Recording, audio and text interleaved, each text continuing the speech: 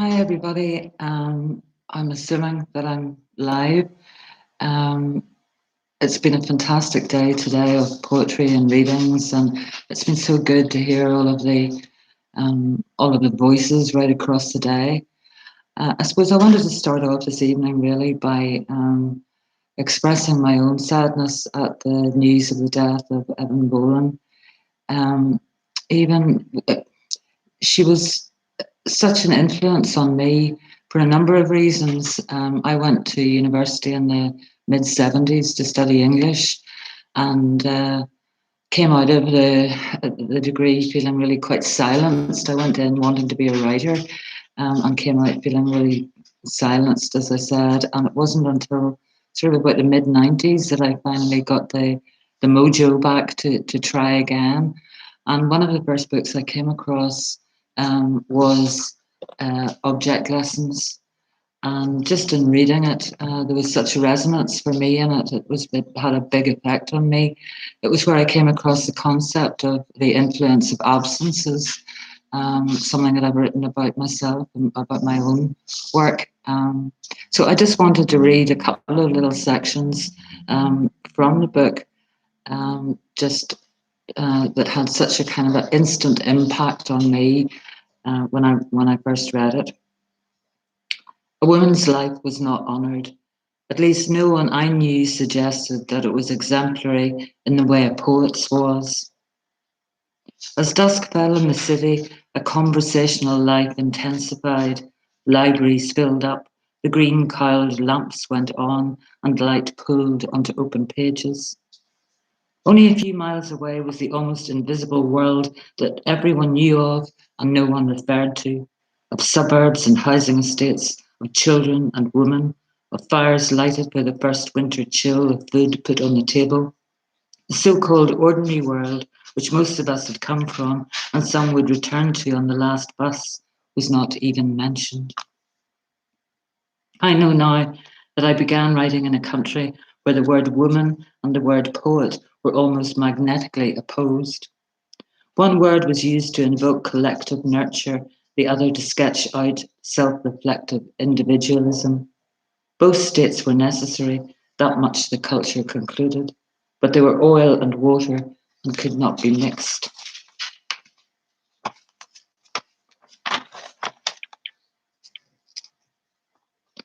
I wanted a story.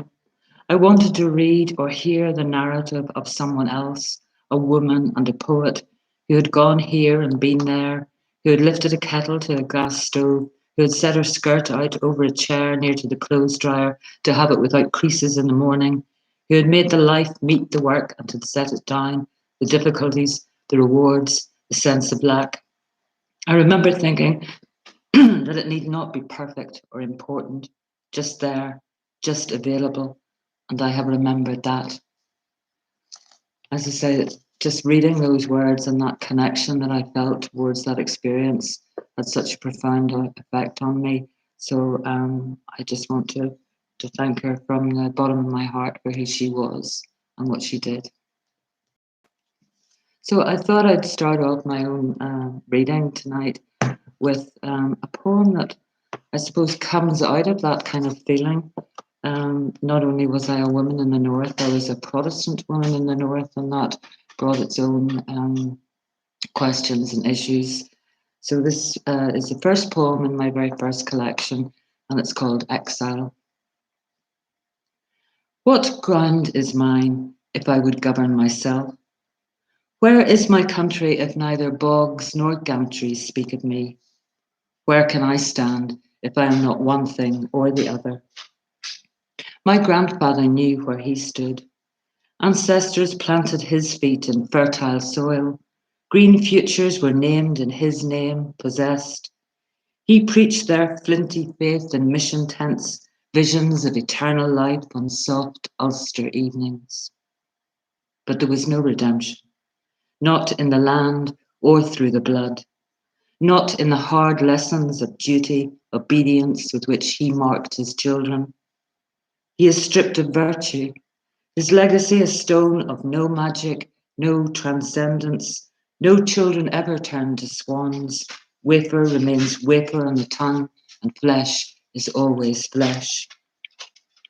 My 2 white birds will bring me water from the mountains, beakfuls of sweet sips.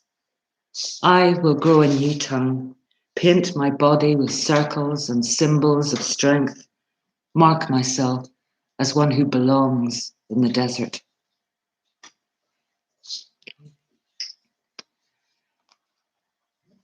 One of the things I found really interesting hearing from people over the last while is how vivid people's dreams have become, how people are having very uh, disturbing, vivid dreams. I have had vivid, disturbing dreams for years now.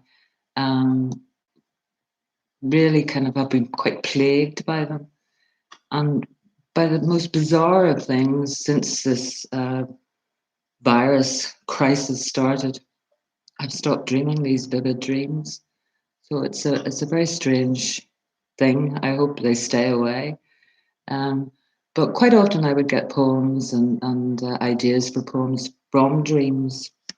And this next poem came out of a time of great grief when my mother died, and it was a dream. It was one of those dreams that you have when you're kind of half awake and half asleep, and it almost felt like almost like a kind of a shamanic journey of some kind.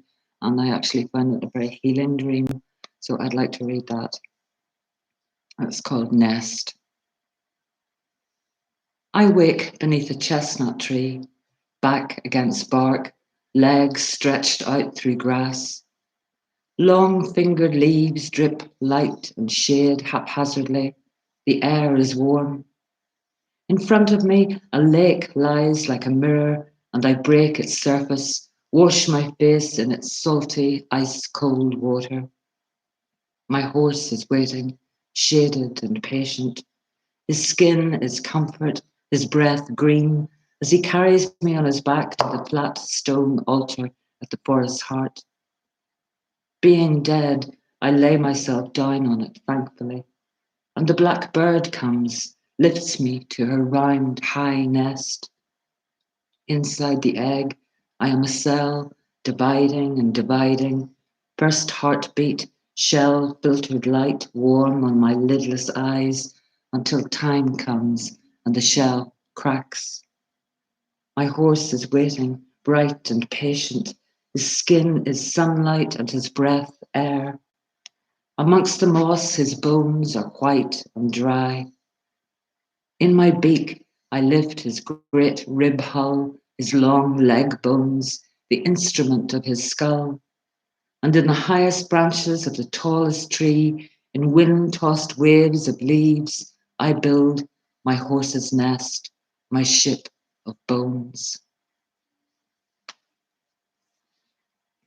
One of the other things that I've noticed over the last while, and that's happening in our house as well, is food has taken on an incredible importance in the cooking of food, and it's a way to pass part of the day, isn't it? Cooking something and sitting down to eat it afterwards.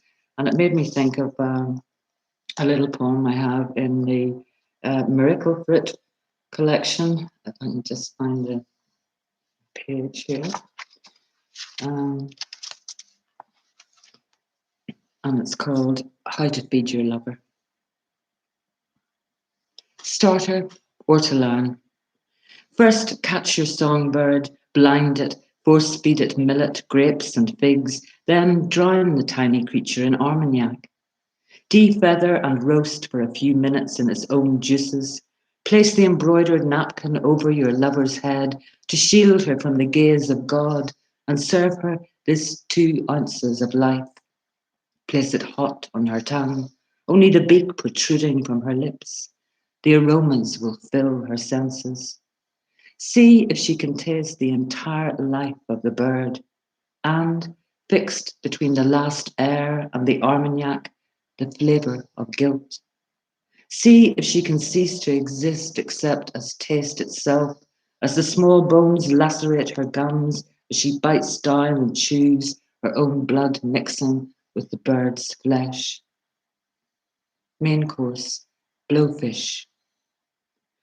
Buy your fish from the market, where they are sold alive with their mouths stitched shut.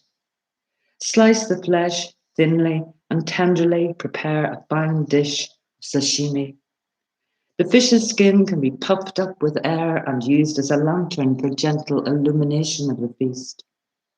Then see if she will trust you enough to eat that even when her lips begin to tingle and become numb, she'll trust that you have not served up the poison to which there is no antidote. Dessert, miracle fruit. This may prove difficult to source. You may need to send to the ends of the earth. But all that is needed is just a sliver of this mythic fruit. It is well worth the expense and effort, for once she has eaten it, you will forever taste of violets in her mouth.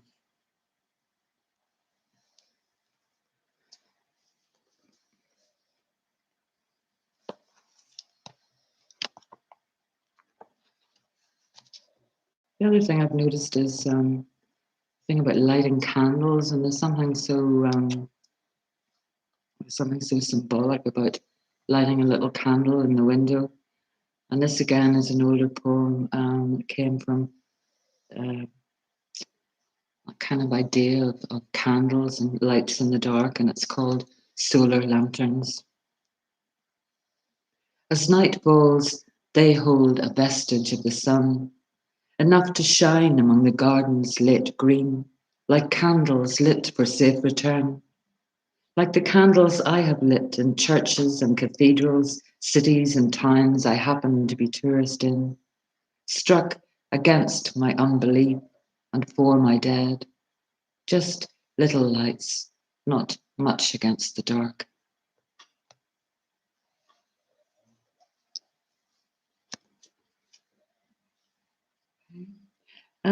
On the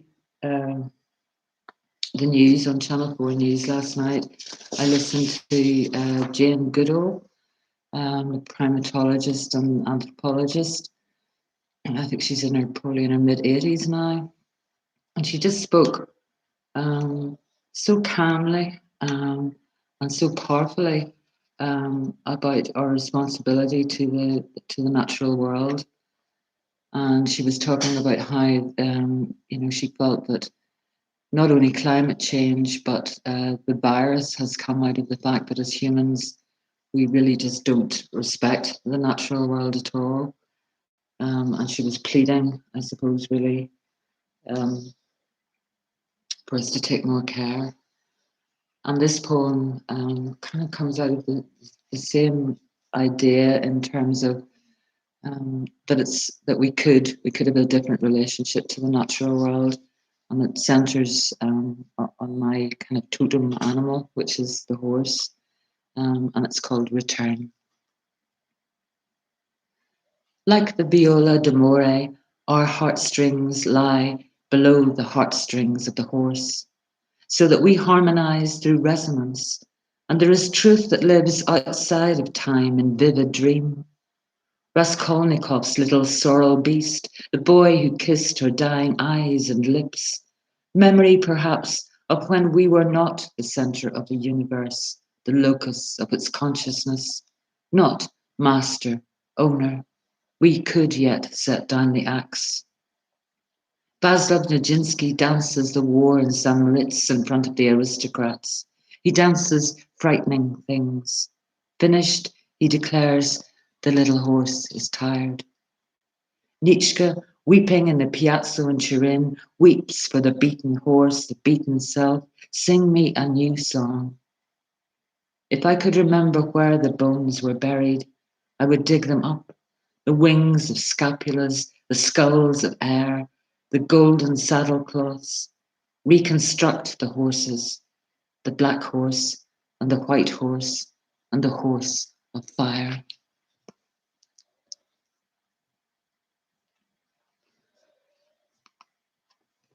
I'll just finish with a couple more poems. This poem came out of us just sitting on the sofa one night watching some random program, and on it there was a little bit of black and white footage that just was incredible to see. And it just made me think of kind of belief and believing in the impossible. And the poem is called Archive Film, Franz Reichelt, The Flying Tailor.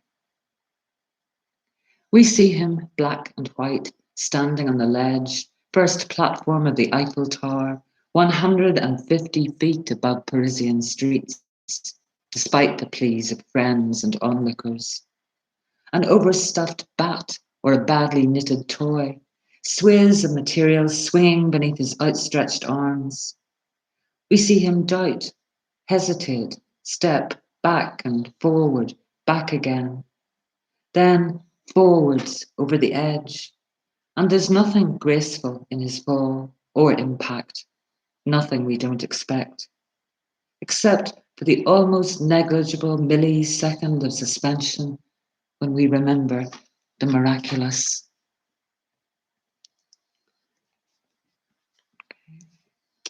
I'm going to read two more poems, two short poems. Um, I'm going to read this poem because I haven't read it for ages, and I always really enjoyed reading it when I did read it, and it's called Dissolution of the Circus. After the last of the big cats died, toothless and emaciated, the elephant was impounded by animal welfare, and the ponies were sold to a riding school where they soon forgot all their tricks. The bearded lady had electrolysis, married the fat man who joined a gym and was less than half the man he used to be. The clown enrolled with the Open University, English literature and philosophy, and the contortionist gave up cocaine, finally straightened out his head. There's only the two of us left now, me and the ringmaster with his top hat and his whip. And though the spangles have mostly fallen off my costume, I can still balance up there on the wire. And I'll finish with a very new little poem. Again, one of the things that I'm sure everyone has noticed is that everybody seems to be planting seeds and growing things at the moment as some kind of antidote, I suppose, to the way we're all feeling. So this little poem that I'd like to finish with is just called Growing Things. We've found comfort placing seeds into pots, watering and waiting for germination, first embryotic green of cotyledons. How tenderly we've treated them, our hearts hurt, weighed against their steady growth, windowsills filled with seedlings, little fearless promises. And before I go, I would just like to take this opportunity to mention that although the Belfast Book Festival won't be running this year, the Martine Crawford Award is still taking place. Martine Crawford Award is an award for an emerging poet, someone who hasn't yet published a full collection. It's being judged this year by myself and Naomi Foyle. There's a short story section as well, which is being judged by Wendy Erskine. The entries close on the 13th of May, so there's still time to get entries in. And there's excellent prizes. First prize is £1,000 and a 3-night stay in the absolutely gorgeous Rivermill Writers Retreat owned by poet Paul Maddern. That's a prize in both sections and a runner-up prize in both sections of £250. So still time to get entries in, and if you want any more details, if you go to the Crescent Arts Centre website, you'll find them on there. So thank you all for listening. I hope you've enjoyed some of the poems, and I know there's another couple of readers to come this evening, so the day isn't over yet. Thank you all very much, and bye.